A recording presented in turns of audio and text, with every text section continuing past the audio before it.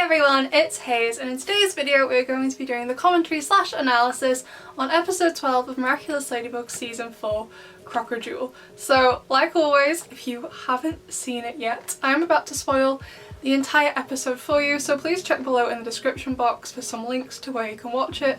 But please note, like always, those links will eventually stop working as videos get taken down for copyright and other stuff, and you'll have to wait until it gets put on something official like Netflix or Disney Plus. That was a really quick introduction for me. It doesn't usually go that quickly. But anyway, if you just want to know my quick thoughts on the episode, I would give this episode an 8 out of 10. I did really enjoy the episode, and it was really nice to see Juleka get some development. I mean, actually got to hear her voice. That was nice to hear as well. We also got some like relationship development with her, with Marinette, with Luca, with Jagged Stone, and with Raw, her Kwame. I really liked them together. We'll get more on that later. And I really liked the relationship development we got between Juleka and her dad. So I definitely don't think this was a bad episode, and I did enjoy it, don't get me wrong, I did enjoy it. But I did feel that it was missing a bit of Adrien / Chat Noir screen time. I get the episode was meant to be about Juleka, I get that, that's fine, but I do feel episodes that have less screen time for him, they do kind of lack something in my opinion. I know it's being done for a reason, it's to highlight that something is going to happen. As we saw in Rocketeer, it's starting to develop, but I do feel like the episodes, they do lack slightly without him, and I do enjoy it less because of it. Is that because he's one of my favourite characters? Yeah, probably. If this situation was reversed and they were doing this to Marinette instead of him, I'd feel the same way as well, because I also really like Marinette. So yeah, I don't think it was a bad episode. I did really like it. I just feel like it did lack in a few places, mainly with Adrien, but to be fair, I did go into it expecting not to see a lot of him. But I was disappointed that we literally got one scene with Adrien in the trailer when he was getting his makeup done. That was it, we got no other Adrien, so yeah. So first things first, happy birthday Luca and Juleka. Someone else has finally had a birthday in the show, although I'm still not sure how long the show has been going on for in terms of time in the universe. I tried to work it out the other day what time it was, so I had assumed that the first season was between September and December with the Christmas special, because the Christmas special is canon, taking place at Christmas, because according to the creators, even though the production code of the Christmas special is 226, so technically the last episode of season 2, it's set between seasons 1 and 2. So I'm like, okay, fair enough. However, Dark Cupid, an event episode, it was Valentine's Day, happens in season 1. So that really skews the timeline. So they start school in September, Adrien has his birthday, then it goes all the way to Valentine's Day, skips Christmas, then we get all the way back to Christmas, but we find out in Felix it's only been a year since Adrien's mum died. So who knows at this point? Yeah, I just always thought Dark Cupid was actually in season 2, because that's in February, but maybe time just doesn't really matter in this show. So that first scene of the episode, I know we saw it the other day, yesterday I think. But what is Rose on? What has she been smoking? Oh my god, that was the worst lie I have ever heard in my life. Worse than all of Marinette's and Adrien's whenever they have to leave to transform. That was awful. And then Alia later, when Marinette has to go up to transform, she just falls over and pretends she's hurt herself.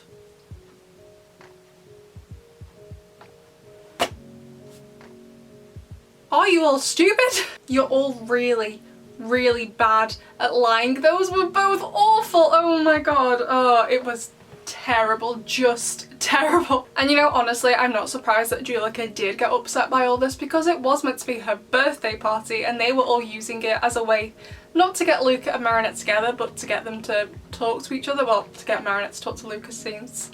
Well, to get Marinette to talk to Luca, he had no problem talking to her. Like, I know Juleka doesn't like to be the centre of attention. She is more reserved, she is more shy, she gets nervous when she's the centre of attention.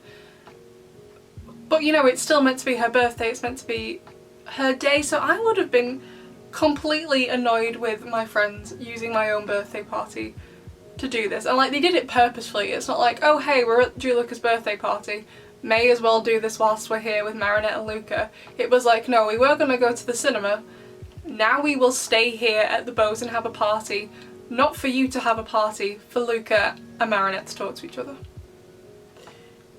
I would have been annoyed as well by them all. So then the part at school with Marinette and the bin. It was why is she like this? I did find it really funny. It reminded me of during the video game Metal Gear Solid. I thought it was hilarious. However, why would Marinette ask Julica to make sure Luca wasn't there at his own birthday party? Like, even if they weren't twins, Luca and Julica as brother and sister, to me anyway, seem like they have a really close relationship, so why wouldn't he be there for his sister's birthday party? Second of all, you're having the party at his house on the boat, so like, okay, and it is also his birthday as well. Why would she ask that? There were just some weird motivations in this episode. I get Marinette is awkward around Luca, but it's just like, be reasonable, you know? Yeah, it was a bit odd, some of the stuff going on in this episode, which is maybe why I didn't enjoy it as much as other episodes. Is 8 out of 10 too high? Maybe. Saying that though, however, I feel like there were some really good funny moments in this episode. For example, Jagged Stone coming in through the window in the boat. I was like, oh my god, how strong are you? I could not do that. Plus he had a guitar. Guitars can be heavy as well. So I was like, okay, Jagged. He's obviously been working out. But also the whole bit with the akumatization where it was going from each person. So it went to what, like Luca first, then to Julica, then to the kids, and then back to Luca before finally finding its target, I think. Probably didn't quite happen in that order, but I did find it really funny the way he got progressively more and more annoyed about it. And then his face when the akumatization finally happens, he's like, oh, against his staff. Wonderful. I loved it. However, despite those funny moments, I did find it a bit weird that they literally hadn't told anyone that Jagged Stone was their dad. He doesn't seem like the kind of celebrity who's like, oh, I have to keep my like children a secret. Joe has some celebrities, if they have kids, they don't want people to know about them, either because they're like ashamed of them, because like of the way the relationship was, or they just don't want people to know about them. So I do find it a bit odd, especially since all these friends seem really close with each other.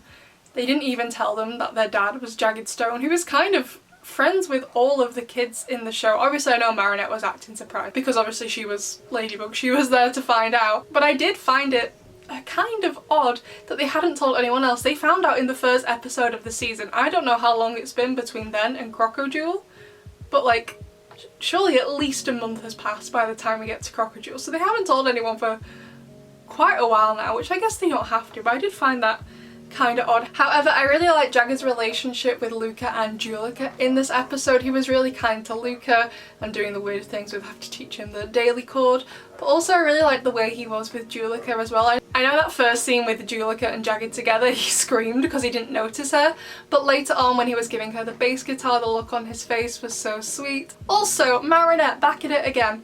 You can shout at a pop star but not talk to your ex. I get you're close with Jagged, I get it, you're kind of friends. You've, I think she designed an album cover for him, plus she made those glasses for him. I get they're kind of close, but like he is a celebrity. And I guess Marinette is technically a celebrity too since she is Ladybug, but like, priorities, you know? That was kind of funny. However, I did really wish later on when she was Ladybug that Chat Noir had saved her. I guess he technically did save her, so I'm talking about the bit when Ladybug gets like blasted through that wall on the rooftops, I guess it's the chimney or whatever. So I guess he did technically save her in that he hit Jagged and then did something to Annika as well to distract them while she could get up. But like, my love square heart was like hoping he would like swoop in, save her, pick her up, carry her off, make sure she was okay before they carried on fighting. And by the way, lack of love square stuff wasn't the reason why I disliked the episode. I don't mind episodes that have zero love square moments in. Do I like them more? Yeah, probably, but I still enjoy episodes without any love square moments like this one. I disliked it because of lack of Adrien / Chat Noir. Even if he'd been in it loads, Like, there doesn't have to be any love square moments for me to enjoy it, but I just really enjoy Adrian's character, and I feel like the episodes do lack if he's not in them, regardless of whether romantic stuff happens in them. I just like him being in the show, which isn't that weird of a statement to make since he is one of the main characters, you know what I mean? However, speaking of Chat Noir, is he dense? Yeah, probably. He says something like, "How is that fair, we don't have wings?" I know they haven't used the space power-ups in the show yet in terms of the episodes. They've used them in the New York special and the Shanghai special. But you do have wings? The space power? Is he stupid? Possibly. I think there's a good argument for it. Like, you have a power-up that will give you the ability to fly. I was kind of surprised they didn't actually use it in this episode. I've been dying to see a proper Cosmo power-up transformation. Have we seen one? I don't think we've seen one. Like, we've obviously seen the outfits, but I'm pretty sure we haven't seen them do a Cosmo transformation. I've been dying to see it. So I was just like, this episode was the perfect opportunity for that. I also thought there was a kind of interesting moment. So it was when Ladybug and Chat Noir saved Luca and Juleka, and then Ladybug was like, we need someone who's gonna listen to them. Juleka, come with me, and Chat Noir was like, oh, where is she going? I don't know. And he was just completely fine with it. So while he did question it, he wasn't that bothered, so again, that's probably foreshadowing what's going to happen by the end of the season. Obviously this is episode 12. Episode 17, Rocketeer, is when Adrian really kind of starts to question Ladybug's authority, I guess, but it's just like foreshadowing it all. I'm pretty sure once we get the full season, or at least get all the episodes chronologically from 1 to 17, if you rewatch it all, I feel like it's going to get progressively more and more questioning, because there have been so many hints. Like Furious Fu episode 6 and Truth episode 1, I'm pretty sure Shat said something in both of those episodes. This isn't verbatim, but it was something along the lines of, as long as nothing changes between the two of us, I don't care. Things are changing. My heart can't take this. You all already know this. I am not ready for episode 22, which is episode 100, and this season's finale. No. I also feel like this begs the question, and I kind of want to make a video about it, probably just a voiceover video since it will be shorter, about whether or not Ladybug should be telling Chat Noir more.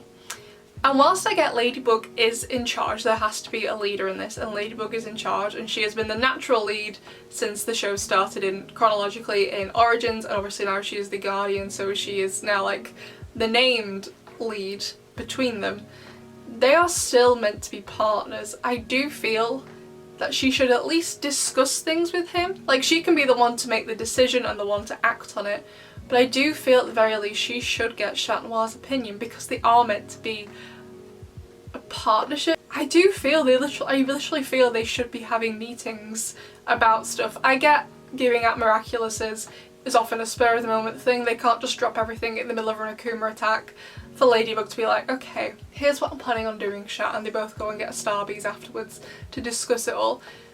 But I feel like when they're doing their patrols, and we know they do patrols, we found out in Rocketeer actually in episode 17, they do patrols together, so I would assume they talk to each other. I feel like she should be discussing with Chat Noir at least some stuff, maybe not all of it, but at least some stuff, because they are meant to be partners. So now, you knew it was coming, let's briefly talk about Juleka and her outfit. She looks stunning. I want to do a full little voiceover video talking about it, breaking down all of her outfit.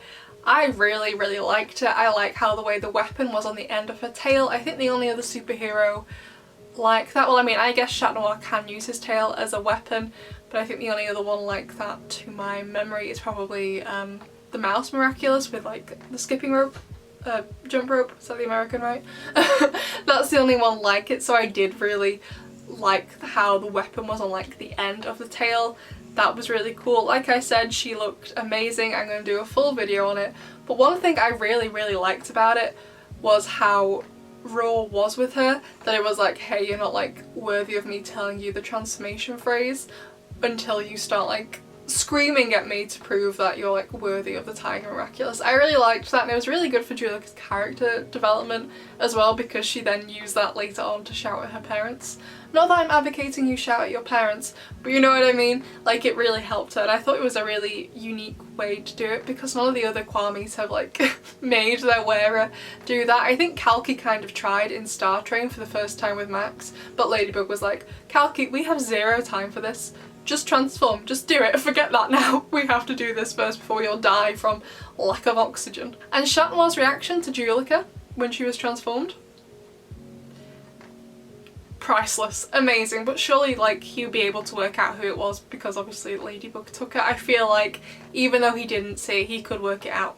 He's not that stupid, I think.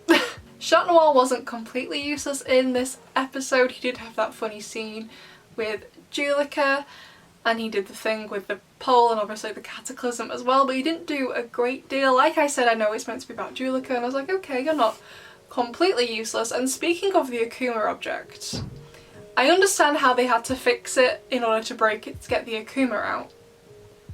However, maybe I'm just thinking about it too much, but so the Akuma entered the object, then they broke it apart, so surely the Akuma should have flown out straight away, like back on the boat, right? No? Yeah? Doesn't that make sense? I don't know if it would work like that because they hadn't been transformed into their villain costumes yet, but the Akuma entered the record, yeah, the record, the vinyl, forgot the word. You know what I mean, right? The thing. So it entered it, then it broke, so surely the Akuma should have flown out straight away. I don't know, maybe I'm just thinking too much into this, but I was just a bit like, okay. Seemed a bit odd. Is that like a weird rule with the Akuma because they hadn't been like fully Akumatized yet, because they hadn't been transformed into supervillains, so it didn't apply, the Akuma couldn't fly out? No? Like, okay. Not sure I believe that, but okay. And of course we got 2 charms, so I guess this sets the precedent. If, for example, in Gang of Secrets, Ladybug had the ability in Gang of Secrets, there would have been 5 charms or 4 charms since Alia broke the akumatization. So yeah, I guess it sets precedence. That was really good to know. However, really important question, and it's really important to me. Do you all ship Jagged with Annika or with Penny? Because all this time I've been shipping him with Penny, and even when I found out he'd been with Annika in the past, I was like, I don't really see a way back for you. I think this relationship is done. Like, they should get on and be friends and be amicable for the sake of their children, but should they get back together? No. But I also kind of thought they were cute together at the end of this episode, so I don't know. What do you think? Because I like both pairings, you know? I don't know. I absolutely loved Julica and Jagged Stone at the end. It was so sweet. I feel like after Truth, a lot of what I've been thinking about is how this is going to affect Luca, because of like how he was affected by it in Truth. We actually kind of saw that he was kind of upset about not knowing who his dad was, and I didn't even really consider Julica. I was just like, oh yeah, she'll be fine with it. So it was really nice to see their relationship together. However, of course, now we have to talk about the final scene, and let me just tell you, besties, I was so relieved when I watched this last night. Can I speak Portuguese? No. Can I speak Spanish, which is similar? No. However, I was made to study Spanish for a year in high school. Literally don't remember anything other than the Spanish word for pencil sharpener, which is very helpful. But I did remember the word for friend, which is very similar to the word for friend in Portuguese. So when they both said amigos at the end, I was just like, yes! However, we need to reflect on Wishmaker. So obviously that hand holding, it means that Luca was taking Marinette over to Adrian. But I'm just a bit like, didn't have to hold her hand to do it. I don't know, I just feel kind of funny about it, especially since we found out in this episode Luca is still in love with Marinette, and Marinette is also aware of that. In one of the earlier scenes in this episode, I was going to talk about it before, but I feel like it made sense to do it now, when Alia was convincing her to come to this party, she was like, no, I can't go because Luca is still in love with me and he knows I love Adrian. So Luca knows that he loves Marinette and that she loves Adrian, and Marinette knows that as well. So I guess just personally, I do find it a bit weird that Luca is helping them. However, most of the characters in the show are better people than me, because if the person I was in love with wanted to be with someone else, I wouldn't help them get together. I'm not saying I would jeopardize them getting together, but I wouldn't go out of my way to actively help them get together. I just let them get together naturally if it was meant to happen, but I wouldn't help them do it, you know what I mean? So maybe everyone's just a better person than me in this show, which is probably true. Even Lila's probably a better person than me, to be honest. But I did think it was very big of Luca because he like kind of opened the conversation with, oh, Julica's done really well today with speaking out. So when are you going to tell Adrian? And she was like, no, we're not having this conversation. So yeah, maybe everyone's just a better person than me in this show. So we have 2 contenders for best line of the episode. We have go somewhere safe and I'll finish my makeup. So professional. I don't understand how Adrian finishing his makeup is professional while the rest of you go and hide. Like, okay, whatever. And if Adrian is able to do his makeup anyway, why were you hired to do his makeup if he can do it himself? I don't know, but okay. The second contender, and I think this is the one that's gonna win because, like I said, I'm a Love Square stan. We already know this. Do you promise me we won't be like them when we get all together? That's a sign. I think that's the definite winner here. Like, the other line was funny, but this line is both funny and Love Square. That was literally the only Love Square moment about it. Could I make an entire screaming session on that? Yeah, I probably could, knowing me. MVP of the episode is of course going to Julia because she was amazing. This episode was so good for her development, both as a character and her relationships with some of the other people. I would actually really like to see, after Reflect All, I'd like to see a really good friendship between Adrian and Julica because she wants to be a model, he is a model. I think that'd be really sweet to see if maybe she went on some like modelling jobs with him to like kind of learn how to do it off him. I think they could have a really good friendship. That's just like a random thought I just had right now. But she was definitely the standout MVP of this episode. She was absolutely amazing and she looks stunning while doing it as well. I haven't decided yet if I'm gonna call her Purple Tigress or the French one, because I know I say Chat Noir instead of Cat Noir, which if you didn't know, because it seems like most people don't, chat is the French word for cat. Everyone else I call by their English names, however those names are the same in French. The only French name I don't use is for Shadow Daddy. Obviously I call him Shadow Daddy and I think he's called Papillon. Has it changed? Now he's not Hawk Daddy anymore? I don't even know, to be honest. It's been a while since I've seen the show in French because it's been coming out in Portuguese and German recently, so I'm not sure if I'm gonna call her Purple Tigress or is it Tigress?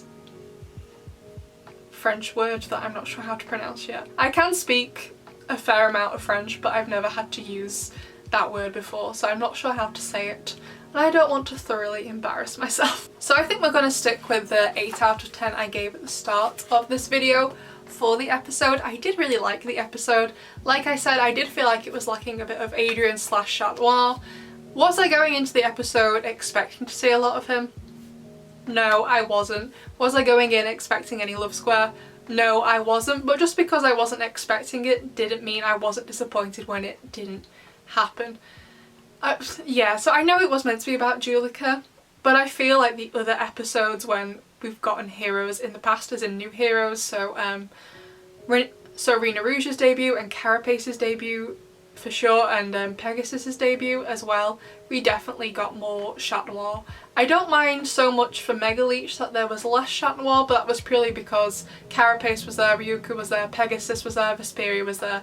There were 4 other heroes in addition to Milen using the Miraculous for the first time. So I didn't mind so much because there were other heroes who needed screen time in addition to Chat Noir. But this time there were only 3 of them, so I was like, okay. So with all of that being said, I would absolutely love to know what you think. I am hyped for Wishmaker now. I know that Lucanet isn't happening. I know it had been confirmed on Twitter by Ferry, who is Miraculous Mexico if you didn't know. I know it had been confirmed by her, but I was like, you're friends with Thomas Astruc. How do I not know you're not lying as well? This show has given me so much trust issues. By the time we're finished with season 7, I'm going to first need therapy for my favourite TV show ending, but second of all therapy to kind of sort out the trust issues I now have. So Luke and Annette obviously confirmed not to be happening, and I think with that in mind, in a couple of days, probably on Friday, I'm going to make a Wishmaker Theories video trying to work out what's going to happen in the episode. So yeah, Wishmaker will be on Saturday. I'm not 100% sure what time it's on because in America, but because of the different time zones in America, I'm assuming it's on at a different time depending where you are in America, so I'm really not sure what time it will be on. So if anyone can assist down below in the comments with what time it will be on and what time zone that is in, that will be really helpful actually. So like I said, I'd absolutely love to know what you thought of this episode. I really enjoyed it. Not my favourite episode, but I don't think it was a bad episode by any means, and I'll see you all next time. Bye!